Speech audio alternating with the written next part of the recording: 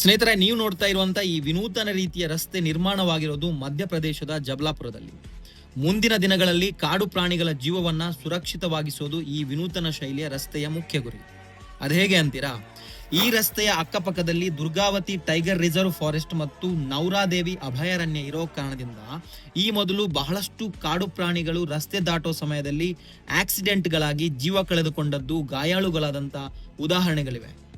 ಅತಿ ವೇಗದಿಂದ ಬರ್ತಾ ಇದ್ದಂತ ವಾಹನ ಚಾಲಕರಿಗೂ ಗೊತ್ತಾಗ್ತಿರ್ಲಿಲ್ಲ ಇಲ್ಲೊಂದು ಟೈಗರ್ ರಿಸರ್ವ್ ಫಾರೆಸ್ಟ್ ಇದೆ ಅಥವಾ ಅಭಯಾರಣ್ಯ ಇದೆ ಅಂತ. ಇದೇ ಕಾರಣದಿಂದ NHAA ಅವರು ಇದಕ್ಕೊಂದು ಸೊಲ್ಯೂಷನ್ ಕೊಡೋದಕ್ಕೆ ಈ ಹೈವೇ ನಿರ್ಮಾಣ ಮಾಡಿದ್ದಾರೆ. ಇದು ಸುಮಾರು 12 ಕಿಲೋಮೀಟರ್ ಉದ್ದದ ಚತುಷ್ಪಥ ಹೆದ್ದಾರಿಯಾಗಿದ್ದು, ಇದರಲ್ಲಿ ಕೆಂಪು ಬಣ್ಣದ 5 mm ನಷ್ಟು ಎತ್ತರವಾಗಿರುವ ಒಂದು ಡಿಸೈನ್ ಮಾಡಿದ್ದಾರೆ.